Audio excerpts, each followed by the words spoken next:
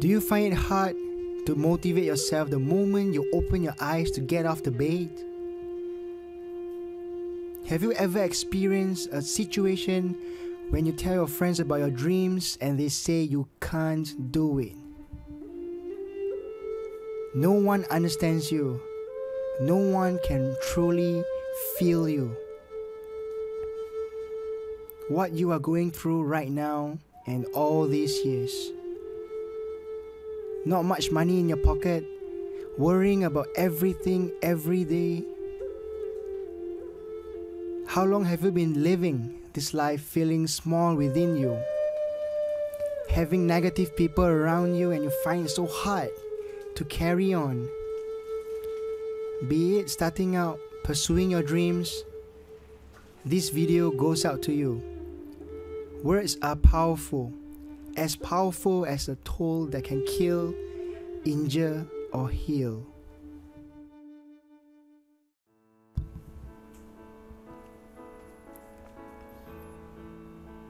I was once an arborist at National Parks Board. I plan, manage, and care for trees in the streetscapes.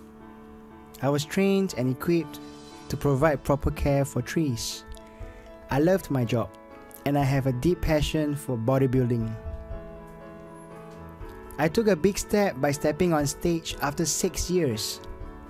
It was a proud moment, of course, when I won the second place in my welterweight class at the 50th National Bodybuilding Championships back in 2012. A few months after the win, I left my job to pursue my passion. A decision that changed my life. In this movie, I hope to inspire and to motivate you in whatever you are doing, you are pursuing. So now, drown your fears and chase your dreams.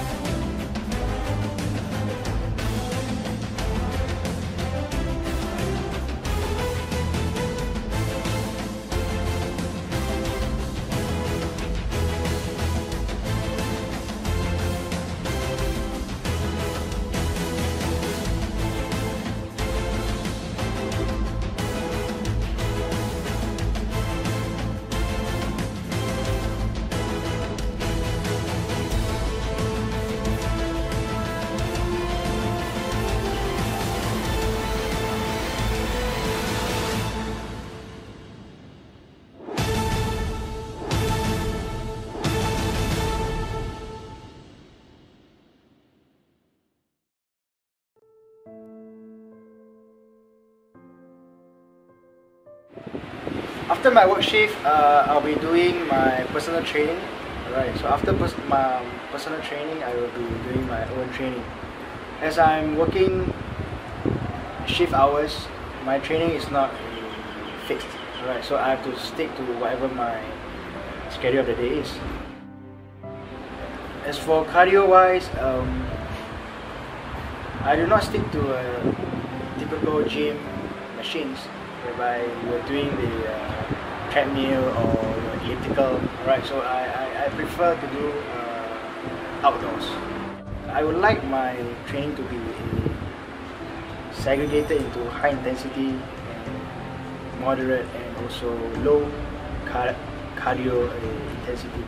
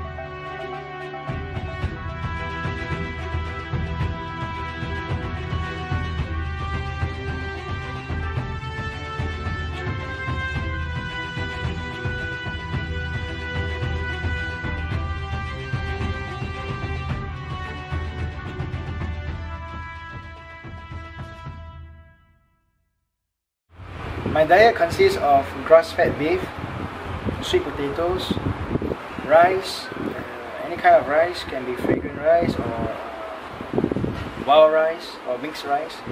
And I don't take brown rice, I prefer basmati rice. Okay, the reason is because of many meals after chewing, so diet of chewing. Right, next would be eggs, broccoli and bell peppers. Right, so how do I usually prepare them? I usually just stir fry them, and I prepare my meals, all my meals, about 5 to 6 meals a day in that particular day. I do not prepare for 1 week and I freeze it in the freezer, which some people do. And okay, the reason why I prefer to eat beef, fish and not chicken breast meat is because I simply do not like chicken breast meat. All these meals are eaten or consumed about 3 hours, every 3 hours, according to how my body feels. Sometimes if I'm hungry or my calorie intake is not enough for that meal, I will take about 2.5 hours for refeed. And every week I will be doing my restocking of eggs, sweet potatoes, and sometimes if I need more calories in, I will have to buy my sweet potatoes every about 4 days. Yeah, every 4 or 3 days. Regarding weighing of food, yes, I do weigh my food, but after a while I get a hang of how much to eat.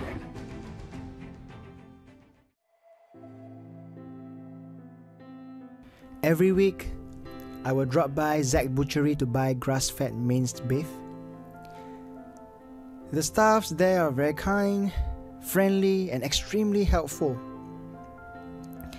There is a wide range of meat selection. So usually I would take about 1 to 1.5 of beef per day, eating every 3 hours.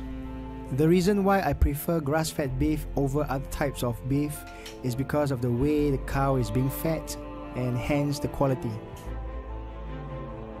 After buying meat, I will head to a supermarket to buy rice, sweet potatoes, eggs, and other food that need to be stocked up at home or which is running out. I usually take 10 full eggs per day. That includes 10 egg yolks. I prefer to buy the trays of 10 eggs rather than 30 eggs because of its egg yolk color. In my opinion, an orange yolk is better than a yellow one. I'm grateful to be sponsored in my preparation for this contest. My first sponsorship. Thank you Platypus Kitchen for providing me 1 big meal per day. Thank you Bronze Tanning Salon.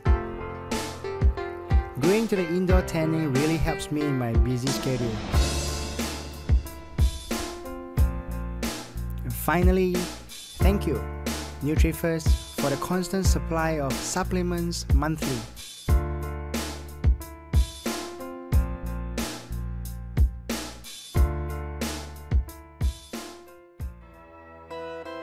Every morning when I open my eyes, I thank God. Thank God for giving me another chance to chase my dreams. It is the same thing I'm gonna do yesterday, the day before, training hard, eating hard, and you know many people say I have no life but gym. Well, I'm living my dreams and this is my life. Lifting heavy weights is part and parcel of muscle growth, but in my opinion, it's not a necessity. I train to be competing on stage, not how heavy I can lift. Reps after reps, sets after sets, trying to visualize the final product I want to bring on stage. Example, I want a big chest like Arnold. I will imagine having that chest and squeezing it hard every rep.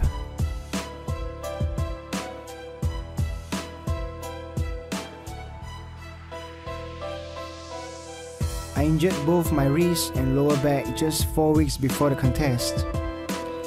It was a struggle to train through the pain. It was not easy.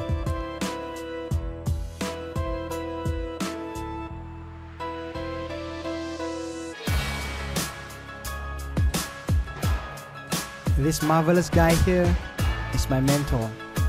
My coach, a 5-time Mr. Asia, Nazaruddin Saladin. Training under him wasn't easy, I must say. He really pushed me to the limits and made me realize that no weights are impossible to lift.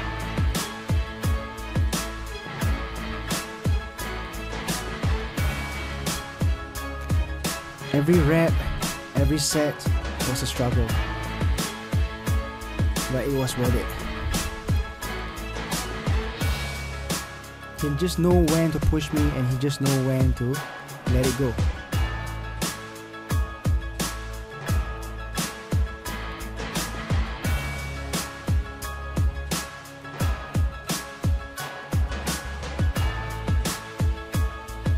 I was trained under him personally for a short 3 months due to his busy schedule.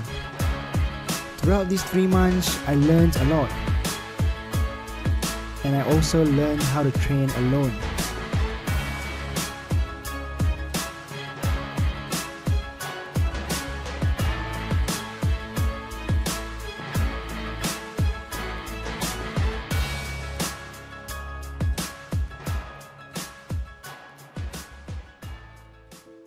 I don't pose elegantly on stage by chance.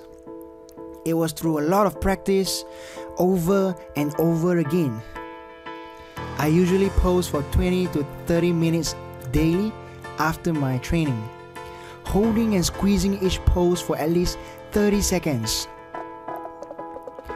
Posing is not just standing in front of the mirror, flexing, admiring those muscles. To me, it is a form of art, a moment where you display your best of your physique to showcase your strengths, hide the weaknesses, and visualize how you want to appear on stage.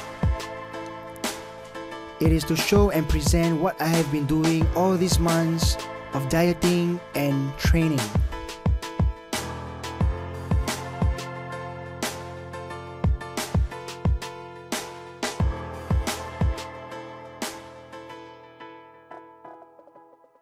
The reason why I compete is because of solely passion. And to compete at your best, it means that you fully discover and utilize your potential and maximize whatever your body is capable of. Even before you get your result or the product you have been visualizing, okay, that is one of the most satisfying feeling or achievement I can feel. And each time I compete or anybody competes, the feeling is different. The whole preparation is different because every year life changes and every year your body changes.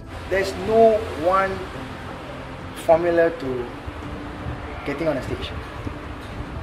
Every single stage, every single detail, you have to be so specific and that only you yourself, every individual can only understand himself. There's no one can understand or make it better than them. Competing on a stage, standing beside competitors is so much fun. Yeah, at the same time, okay, discovering your own self. Okay, competing is not about winning. It's not about getting to the top, being a champion, and then tell people that hey, I'm a champion. You know, I was a champion. Okay, to me, as 2 times silver medalist for my contest, some point of time I feel sad. I feel sad because something went wrong. Alright. Of course, I figured out what went wrong, and there's always failures, and we all know that failures is one step closer to your success.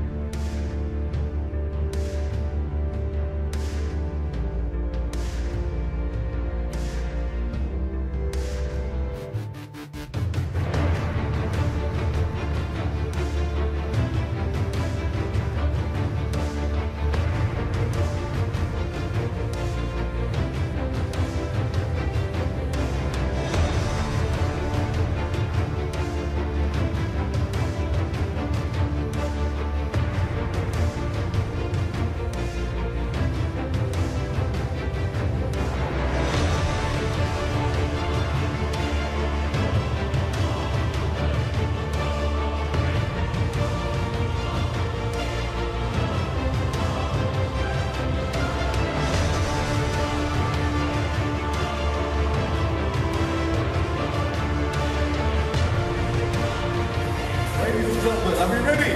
Here we go. Contestant number 61 is the fourth winner of our contest. Give it up on that deadlift. In 4th position, contestant number 61 from Singapore. The bronze medal, ladies and gentlemen, goes to contestant number 62, Muhammad Zakaria bin Norma from Singapore. And that leaves you with 2 and 1 will be the champion of the 85 kilograms and above. The silver medalist goes to contestant number 74, Amirrudin Ong. That leaves you the champion of the 85 kilograms.